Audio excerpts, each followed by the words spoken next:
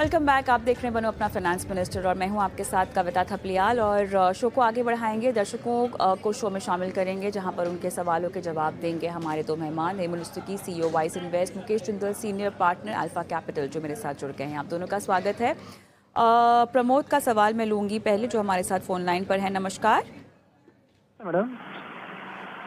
नमस्कार प्रमोद जी, आपने अपना सवाल हमें भेजा है, बहुत बहुत धन्यवाद। और आपके पास UTI Nifty 50, ICICI flexi cap, XBI mid cap, Nippon multi cap, HDFC multi cap, Kotak small cap fund है और आप लगभग 1.5 साल से इन्वेस्ट भी कर रहे हैं। 25 साल तक आपको और निवेश करना है। 5 करोड़ का आपका टारगेट है 25 साल के बाद और 3 लाख आपके पोर्टफोलियो में अब तक इकट्ठा हो चुके हैं। 23,000 की आप SIP कर रहे हैं। अपने निवेश को आप बढ़ाना चाहेंगे? हाँ मैडम, बढ़ा सकता हूँ 1 साल के बाद में धीरे धीरे उसको।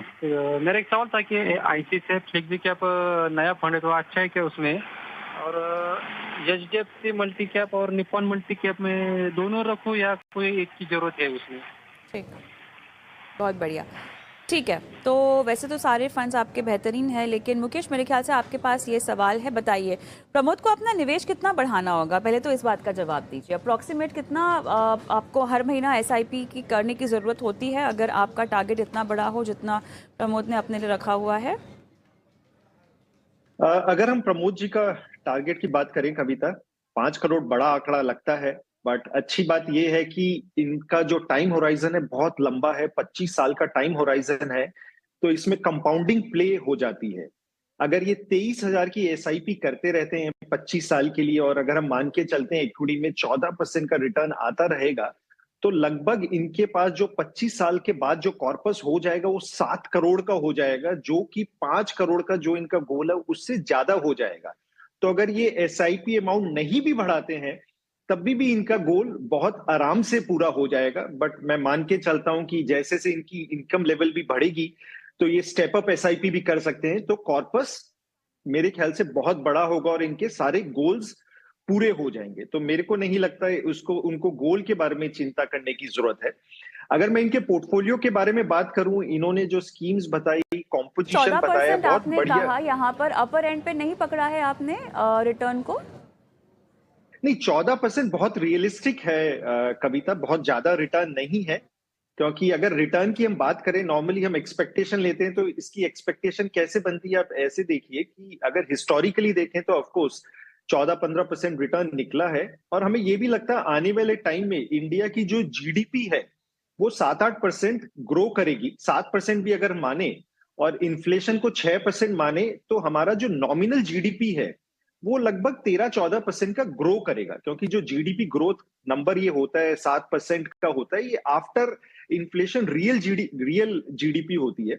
तो अगर इकोनॉमी हमारी ग्रो करेगी 13-14%, तो हम ये भी मान के चल सकते हैं कि जो कॉर्पोरेट्स हैं उनकी जो अर्निंग्स है वो भी 13-14% ग्रो करेगी, और जो इनकी स्टॉक मार्केट है के प्राइजेस है वो भी उसमें रिफ्लेक्ट करेगा।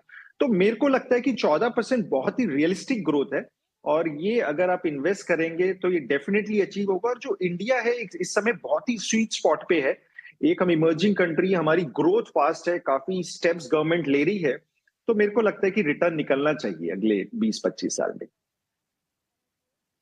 इस पर आते हैं, किस तरह के फंड्स और ऐड करने चाहिए, या फिलहाल जो फंड्स इनके पोर्टफोलियो में हैं वो अपने आप में ठीक हैं? देखिए, मेरे को लगता है कि प्रमोद जी ने जो पोर्टफोलियो बनाया है कविता जी, वो बहुत ही परफेक्ट बनाया है। इन्होंने निफ्टी का इंडेक्स फंड लिया हुआ है, मिड कैप फंड लिए हुए हैं, स्मॉल कैप फंड लिए हुए हैं, फ्लेक्सी कैप फंड लिए हुए हैं, मल्टी कैप फंड लिए हुए हैं। बहुत ही डाइवर्सिफाइड पोर्टफोलियो, कॉम्पोजिशन बढ़िया है। मेरे को नहीं लगता इसमें कुछ चेंज करने की जरूरत है। फंड्स की परफॉर्मेंस अच्छी है, तो कुछ चेंज मत करिए, आप इन्वेस्ट करते रहिए और मेरे ख्याल से सब आपके गोल्स पूरे हो जाएंगे। कोई सवाल पूछना है आपको मुकेश से? नहीं मैडम, वो ICICI फ्लेक्सी कैप के बारे में पूछना है, और कोई अच्छा नया फंड है सारे तो क्या फंड्स करूं अच्छे उसके बाद? हैं ऐसा बोला है आपको? सारे ठीक फंड्स है अच्छे मैडम। हैं ऐसा बोला है आपको? चलिए, ऑल द बेस्ट। आज हम बढ़ते हैं, मनोज यादव जी मेरे साथ फोन लाइन पर हैं जो कि मुकेश को अपना सवाल पूछेंगे। नमस्कार sir. HDFC flexi cap, HDFC top 100, HDFC का ही मिड कैप अपॉर्चुनिटी, एक्सिस का blue chip, Nippon flexi cap, DSP mid cap, Sundaram का मल्टी कैप है शायद, और मेरा एसेट का blue chip, HSBC large cap. Sir आपने तो तमाम तरह के फंड्स जोड़ रखे हैं, खुद अपने पोर्टफोलियो को देखते हैं क्या? जी हाँ, खुद ही देखता हूँ और मेरा सवाल अच्छा। अभी जस्ट पूछने का एक कारण था कि अभी मैं हाँ। एसआईपी बंद कर दिया हूँ। किस में? ये मैंने एक्युमुलेट किया पिछले 15 या 20 सालों में। तो कुछ भी नया फंड नहीं है। मैंने कोविड के टाइम में कुछ अर्निंग करी थी जिसका मुझे फायदा मिला था। लेकिन तो अभी अभी मैं जो नया आपने नाम, इन्वेस्टमेंट एक सेकंड सर, एक सेकंड, जो मुझे बात समझनी है मनोज यादव जी, अभी जो नाम दिए हैं आपने हमें, इनमें सब में निवेश बंद हो चुका है? जी हाँ, सब में इन्वेस्ट बंद है। मेरा चिंता यही है कि क्या ठीक इसमें है, अभी फर्दर ठीक है, ग्रोथ होगी? ठीक है, ठीक है। आपको जी। क्या इस निवेश में से कोई पैसे चाहिए? क्या आर्थिक तौर पे फिलहाल आप सुरक्षित हैं? आपको रेगुलर इनकम है कि इसमें से आपको कोई इनकम चाहिए होगी? एक्चुअली मैं ओवर डाइवर्सिफाइड हूँ, तो कुछ फंड जिनका परफॉर्मेंस अच्छा हो चुका है ऑलरेडी, मैं उनमें से छोटे-छोटे अमाउंट हैं, तो उन फंडों को मैं यूज कर ले रहा हूँ। तो मेरा जो मेन इन्वेस्टमेंट के मैंने जो अभी आपको फंड दिए हैं, इनको मैं नहीं टच करूंगा, लॉन्ग टर्म गोल के लिए हैं। शॉर्ट टर्म में मैं जिनमें ऑलरेडी गेन है, उनको मैं शॉर्ट टर्म गेन के लिए यूज कर रहा हूँ। उनको मैंने आपको चलिए, बताया ठीक भी है, नहीं है। Okay, done. मुकेश जी बताइए।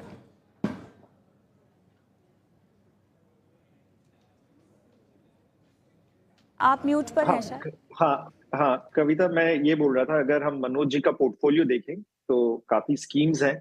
एक ऑब्जेक्टिव तो क्लियर रहता है कि अगर नंबर ऑफ स्कीम्स कम हो जाए तो उतना बेटर रहता है, क्योंकि मैनेजमेंट में इजी रहता है, ट्रैक करने में बढ़िया हो जाता है। तो नंबर ऑफ स्कीम्स डेफिनेटली हमें रिड्यूस करना चाहिए, बट स्कीम्स रिड्यूस करने से पहले एक बहुत इंपॉर्टेंट पार्ट होता है कि हम बेचते हैं तो उस पर टैक्स लाइबिलिटी क्या आती है। हम ये भी नहीं चाहते कि फालतू में हम टैक्स दें। तो बेचें तो उन्हीं को बेचें जब अगर पैसे की जरूरत पड़ रही है, या अगर हम प्रॉफिट बुकिंग कर रहे हैं तब कर लें, या कोई स्कीम बहुत ज्यादा अंडर परफॉर्म कर रही है तब उसको हम बेच लें। अगर हम इनके एग्जिस्टिंग पोर्टफोलियो की बात करें तो फंड्स काफी अच्छे भी हैं, और कुछ ऐसे फंड्स हैं जहां पे इंप्रूवमेंट का स्कोप है। एक तो इनके पास क्या है, 3 एचडीएफसी के फंड हैं, HDFC flexi cap fund, HDFC top 100 fund, HDFC mid cap opportunity fund. एक तो कविता, हमने क्या देखा है, जब कोई फंड हाउस अच्छा परफॉर्म करता है तो ज्यादातर उसके सारे फंड्स अच्छे परफॉर्म कर रहे होते हैं, क्योंकि उसकी इन्वेस्टमेंट फिलॉसफी ऑलमोस्ट सिमिलर रह रही होती है। तो एक ही फंड हाउस से इतने ज्यादा स्कीम लेने की आपको जरूरत नहीं होती है। अगर आप एक भी फंड ले लेंगे तो उससे उनका स्टाइल कवर हो जाता है, तो इतना आपको करने की जरूरत नहीं है। तो आप इसमें से 3 में से एक को रिड्यूस कर सकते हैं जब भी आपको पैसे की जरूरत पड़े, या जब भी आप प्रॉफिट बुकिंग करें। मेरा सुझाव होगा एचडीएफसी टॉप 100 फंड में से आप फ्यूचर में एग्जिट कर ले। दो तीनों फंड बढ़िया कर रहे हैं क्योंकि एचडीएफसी के फंड्स बढ़िया कर रहे हैं, बट अगर रिड्यूस करें तो फ्यूचर में एक वो रिड्यूस कर सकते हैं। इसके अलावा अगर हम फंड्स देखें तो और भी कुछ फंड्स हैं जो थोड़े स्ट्रगल कर रहे हैं, जहां पे हम एक्शन ले सकते हैं। जैसे एक इनके पास एक्सेस का ब्लू चिप फंड है। एक्सेस के फंड्स काफी टाइम से स्ट्रगल कर रहे हैं, और जो ब्लू चिप है वो लार्ज कैप कैटेगरी का फंड है। हमें लगता है आने वाले टाइम में लार्ज कैप कैटेगरी में अल्फा निकलना बड़ा मुश्किल है। उसके लिए अगर वो इंडेक्स फंड करेंगे तो बेटर होगा। यूटीआई का निफ्टी इंडेक्स फंड वो उसकी जगह ले सकते हैं। फिर दूसरा इनके पास एक डीएसपी का मिड कैप फंड है, वो भी काफी टाइम से स्ट्रगल कर रहा है। उसे भी वो रिप्लेस करके आप डीएसपी को बेच के एसबीआई का मिड कैप फंड ले सकते हैं। और एक सुंदरम का स्मॉल कैप फंड है, वो भी बहुत बढ़िया नहीं कर रहा है। आप उसे रिप्लेस कर सकते हैं फ्रैंकलिन स्मॉलर कंपनीज फंड से। तो ये थोड़े से चेंज है। और एक पीजीआईएम का फ्लेक्सी कैप फंड है, उसमें हुआ क्या है, थोड़ा फंड मैनेजमेंट टीम में चेंज हुई है, परफॉर्मेंस में भी ड्रॉप है। उसे आप रिप्लेस कर सकते हैं, उसे आप बेच सकते हैं, और उसे आपके पास इंडेक्स फंड नहीं है यूटीआई के निफ्टी इंडेक्स फंड में, आप टॉप अप कर सकते हैं। तो थोड़ा स्कीम कंसोलिडेट हो जाएगा। बट इसमें यही है कि बेचते वक्त ध्यान रखिएगा कि टैक्स ना लगे, एग्जिट लोड ना लगे, कम से कम लगे। तो वो अगर आप ध्यान रखेंगे तो पोर्टफोलियो कंसोलिडेट हो जाएगा आपका। ये मेरे ख्याल से काफ़ी विस्तार से मुकेश जी ने आपको सलाह दे दी है। ऑल द बेस्ट आपके इन्वेस्टमेंट के लिए। और शो को समाप्त करने का भी समय आ गया है, लेकिन झटपट रुख कर लेते हैं निवेश के गुरु मंत्र की ओर।